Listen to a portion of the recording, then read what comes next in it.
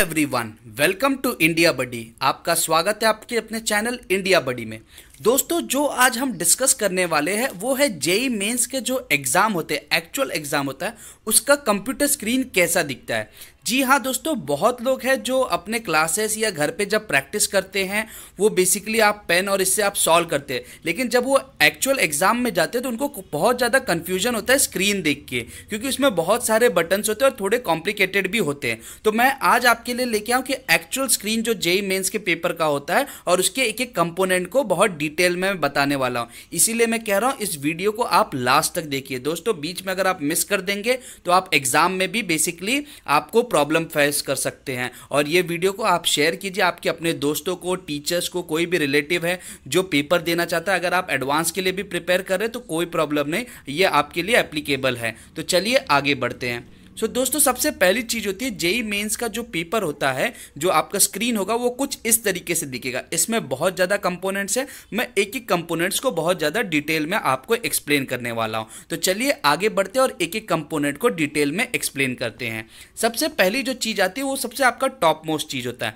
अगर आप top most के जो आपका जो स्क्रीन है उसमें अगर आप ध्यान से देखेंगे, आपको राइट हैंड साइड में आपका कैंडिडेट नेम होगा, जो बेसिकली आपका नेम है, आपका सब्जेक्ट जो आप बेसिकली आप जो फिजिक्स, केमिस्ट्री, मैथ्स में से किस में आप चल रहे हैं। कभी कभी ये वाली स्टेटमेंट जो है वो कैंसिल भी होती है, लेकिन रिमेनिंग टाइम आपको दिखता है, कितना वक्त बचा है वो दिखता है। फिर अगर आप उसी के नीचे देख लोगे तो आपको दिखता है कि पेपर का लैंग्वेज क्या है। आप इंग्लिश सेलेक्ट कर सकते हैं, हिंदी सेलेक्ट कर सकते हैं और भी लैंग्वेजेस जो अवेलेबल है आप उस ड्रॉप डाउन से सेलेक्ट कर सकते हैं। अगर आप बगल में देख रहे हैं, इंग्लिश के बगल में एक छोटा सा ड्रॉप डाउन है, जब आप उस पर क्लिक करेंगे तो आपको बहुत सारे लैंग्वेज दिखेंगे, उसमें से आप उस लैंग्वेज को सेलेक्ट कर सकते हैं जिस लैंग्वेज में आप पेपर देना चाहते हैं।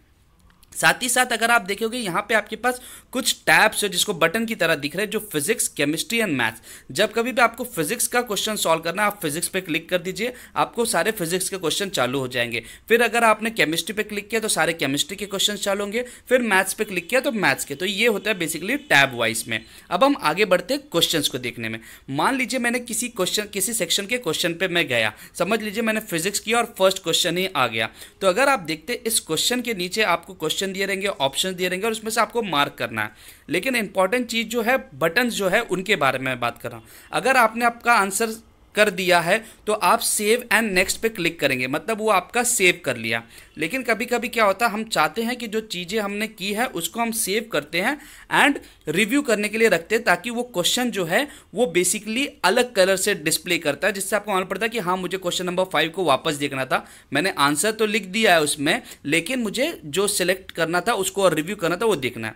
कभी कभी आपने आंसर मार्क किया और आपको उसके रिस्पॉन्स हटाने हैं, आपको कुछ चेंज करना तो आप क्लियर रिस्पॉन्स कर सकते हैं। एंड अगर आपने आंसर मार्क नहीं किया है और आप चाहते कि बाद में मैं रिव्यू करूंगा, तो आप mark for review and next पे क्लिक कर सकते हैं, या आप सीधे नेक्स्ट बटन पे क्लिक कर सकते हैं। अब इसका मीनिंग क्या होता है दोस्तों, अगर आपने फर्स्ट 2 बटन यानी save and next and save and mark for review, मतलब आपने आंसर तो दे दिया और सेव भी कर दिया, तो लास्ट में जब आप सबमिट करेंगे तो वो आंसर्स आपके सेव हो जाएंगे। जिनको आपने मार्क फॉर रिव्यू किया नेक्स्ट, मतलब आपने आंसर नहीं दिया उनका, तो उनके आंसर आपके सेव नहीं होंगे। तो ये चीज़ आपको ध्यान देनी है और लास्ट में आपको सबमिट पे क्लिक करना होता है जब आपका पेपर खत्म होता है। और अगर आपने सबमिट पे क्लिक नहीं किया और आपका टाइम खत्म हो गया तो उस समय आप जान के रखिए जो आपने सेव किया है सिर्फ वही आंसर्स आगे बढ़ेंगे। अब हम आगे बढ़ते हैं इन क्वेश्चंस को देखने के लिए। क्वेश्चंस को अगर आप ध्यान से देखेंगे, जैसे यहाँ पे मैंने एक सैंपल लिया है जो आपको बता रहा है कि 64, बट एक्चुअल जो क्वेश्चंस होते हैं वो आपको 75 है नए पैटर्न के हिसाब से। फिजिक्स के 25, केमिस्ट्री के 25 एंड मैथ्स के 25। उसमें से अगर आप देखेंगे तो आपको कुछ इस तरीके से बटन दिखते हैं, आप जिस क्वेश्चन पे हो और जो भी चीज़ें हैं उनके बारे में इंफॉर्मेशन देते हैं। जैसे आप यहाँ पे एग्जाम्पल में देख सकते हैं, आपको ऊपर दिखा रहा है 89 नॉट विजिटेड। इसका मतलब क्या हो गया, अभी तक आपने 89 क्वेश्चंस पे नहीं गए। मैं आपको पहले ही बता दिया कि आपके केस में यहाँ पे 75 के टर्म्स में ही रहेंगे। तो मान लीजिए अगर मैंने 75 में से मैं 5वां या 6th क्वेश्चन कर रहा हूँ तो वो मुझे दिखाएगा कि 69 क्वेश्चंस नॉट विजिटेड। अगर मैंने किसी क्वेश्चन को विजिट किया है और उसको आंसर नहीं किया तो वो रेड में दिखेगा, और अगर मैंने किसी क्वेश्चन को आंसर किया है तो वो ग्रीन में दिखता है। तो ये आपको काफ़ी ईजी हो जाता है। आप सारे क्वेश्चंस को जब आप देखना चालू करते हैं तो आपको मालूम पड़ जाता है किसका आंसर मैंने दिया है, किसका आंसर नहीं। जैसे आप नीचे के स्क्रीन पे देख सकते हैं, क्वेश्चन नंबर 1 को जो दिखा रहा है वो रेड में दिखा रहा है, मतलब उसको आंसर नहीं किया। तो जब आपके पास टाइम मिल जाए आप वापस जाके वहाँ पे चेक कर सकते हैं।